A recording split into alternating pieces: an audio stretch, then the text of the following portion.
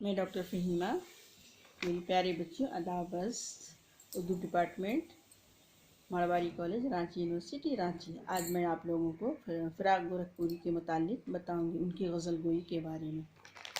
फ़िराक ने शेरी मिजाज की तश्कील में बहुत से अनासिर कार फरमा हैं। उनके मुतालिक कहा जाता है कि मीर गालिब मुस्तफ़ी से लेकर हज़रत मोहानी वफ़ानी के शायराना कमालात से उन्होंने फैज़ हासिल किया। चुनांचे उनके कलाम में पाई जाने वाली दर्दमंदी, सोज़ो-गुदाज़ और नशरियत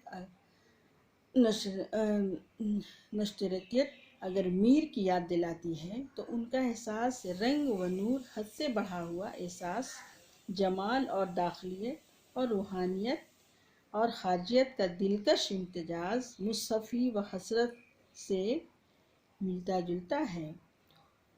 उनके तफक्कुर और फ़लसफ़ियाना बसीरत में गालिब का रंग नुमाया नज़र आता है। फ़िराक की शायरी का एक अहम तश्कीली अंसुर हिंदुस्तानियत है। हिंदुस्तानियत की रूह है, जो उनकी ज़ात और उनके जहन व मिजाज में समाकर अंसुर और सदियों की आरियाई रूह को तख्लीकी इजहार देकर इसमें अपने अहद की धड़कन को समोने की कोशिश की है। कहा जाता है फ़िराक की गज़लों का बुनियादी मौजू हुस्न व इश्क है। उनकी गज़लों में जिस्म व जमाल की बड़ी दिलकश और जानदार तस्वीरें मिलती हैं।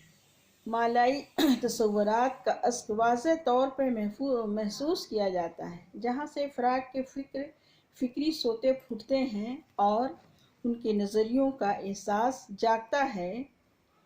फ़िराक का तस्वुर इश्क अफलातूनी और मावराई नहीं, वो मादी और अर्जी है। इसी तरह जिन्स फ़िराक के लिए शजर मजमुआ नहीं, बल्कि उनके जिनसी तलज़्ज़ुज़ और हुस्न से लुत्फ़ अंदोज़ होने का तस्वुर वाज़ह तौर पर मिलता है। वो उसे जज्बात का शदीद ज़रिया समझते हैं। इश्क उनके यहाँ सिर्फ जिस्मानी तस्कीन का ज़रिया ही नहीं, बल्कि विजदान, इंबिसात और तहारत व तक़द्दुस का चश्मा भी है। इस जज्बे के बग़ैर फ़िराक के नज़दीक कोई अजीम शायरी जन्म ही नहीं ले सकती।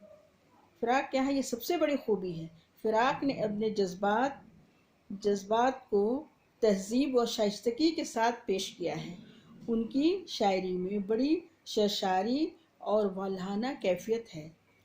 कहीं कहीं उनके यहाँ दर्दमंदी व सोज़ो-गुदाज़ और ऐसा चोटीलापन मिलता है जहाँ दिलों को छू जाता है, और वो ये कह उठते हैं, किस लिए कम नहीं दर्द फ़िराक, अब तो वो ध्यान से उतर भी गए।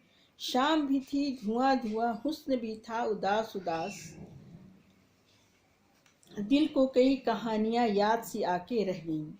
फ़िराक की गज़लों में जहाँ गम की यह हल्की चांदनी छिटकी हुई है मिलती है, वहीं हर शेर से हुस्न, जमाल और कैफियत व निशात की शराब भी झलकती है। तेरा जमाल है यह नगमाए बेहिश्त की लय, कि आज तक तू न देखा था ये बदन का रिचाओ, शबे विसाल के बाद आईना तो देख ऐ मेरे दोस्त। फ़िराक का तस्वुर इश्क महदूद नहीं, वो अपने इर्द गिर्द इश्क व मोहब्बत की जलवागाह तक महदूद रखने के बजाय इसमें सारी कायनात को शामिल कर लेते हैं। वो अपने अहद के इंसानों की ज़िंदगी में पाई जाने वाली महरूमियों और नाकामियों को महसूस करते हैं और अपनी गज़लों में उसकी अक्कासी पेश करते हैं। साथ ही नई ज़िंदगी, नई कदरों और ज़िंदगी के सीने में पलने वाली तूफ़ानों की तरफ इशारा भी करते हैं। जैसे उनका ये मशहूर शेर, इस दौर में ज़िंदगी बशर की बीमार की रात हो गई है।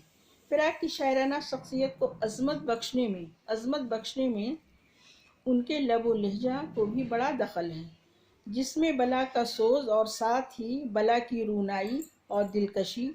उन्होंने अपने हिमागीर तजुर्बों को नए लबो लहजा और नए आहंग के साथ पेश करके कायनात गज़ल को उसत बख्शी। फ़िराक ने मरूजा तशबीहों और इस्तिआरों में हिंदुस्तानियत की रूह में पाई जाने वाली लताफ़त, पाकीज़गी اور بے پناہ حسن اور ہندی شاعری میں پائی جانے والی ارضیت، نغمگی، موسیقیت اور سرشاری کو اس طرح سمویا ہے کہ ان کی غزلوں میں بڑی حلاوت، تازگی اور دلکشی پیدا ہو گئی ہے۔ اس طرح سے ان کی شاعری میں یہ چیز مجھے دیکھنے کو بہت ملتی ہے جو میں آپ کو ابھی ان کے شعر کے ذریعہ بتا رہی ہوں۔ خیال گیسویں جانا کہ اس سطح مت پوچھ کہ جیسے پھلتا جاتا ہے شام کا سایہ، تیرے خیال کی رنگینیوں کا کیا کہنا، فضا میں جیسے گلابی سی کوئی چھلکائے۔ اس طرح فراق کی شاعری میں ندرت، دلکشی کے ساتھ ساتھ بڑی زندگی اور حرکت ہے۔ شام، صبح، ستارے، پھول اور شبنم وغیرہ ان کی زندگی کا اور ان کی شاعری میں آ کر مختلف حقیقتوں کو زندہ علامت بنا دیتے ہیں۔ طبیعت اپنی گھبراتی ہے جب سنسان راتوں میں، ہم ایسے میں تیری یادوں کے چادر تان لیتے ہیں۔ اس طرح سے وہ مایوس ہو کر اپنے محبوب سے شعر کے ذریعے یہ بات کہتے ہیں۔ ہم دیکھتے ہیں کہ فراق گورکھپوری اپنے جذباتی احساس سے بہت ساری باتوں کو حقیقی زندگی میں ڈھال دیا۔ فراق نے غزل، نظم، ربائی سبھی کچھ کہا۔ ان کی ربائیاں بے حد دلکش اور ہمارے ادب میں بہت مقبول ہیں۔ فراق کی غزل نے اردو غزل کو بہت متاثر کیا۔ وہ ایک اچھوتے منفرد لہجے کے ساتھ غزل کی دنیا میں داخل ہوئے۔ بعض ناقدوں کا خیال تھا کہ یہ لہجہ ہماری شاعری کے مزاج سے میل نہیں کھاتا، اس لیے زیادہ دنوں زندہ نہ رہ سکے گا، لیکن فراق نے دھیرے دھیرے اپنی جگہ بنائی اور آخر کار غزل کی دنیا پر وہ آہستہ آہستہ چھا گئیں۔ اس طرح فراق گورکھپوری نے اپنا ایک انفرادیت الگ مقام بنایا اور شاعری کی دنیا میں ان کا ایک اپنا اہم نام اور مقبولیت کے باعث وہ اپنے نام کمائیں۔ آج ہم نے فراق گورکھپوری کے بارے میں بہت ساری باتیں بتائیں، ان کی غزل گوئی کے بارے میں۔ پھر کل انشاءاللہ دوسرے ٹاپک پہ بات ہوگی۔ اللہ حافظ، اپنا بھی آپ لوگ خیال رکھیں۔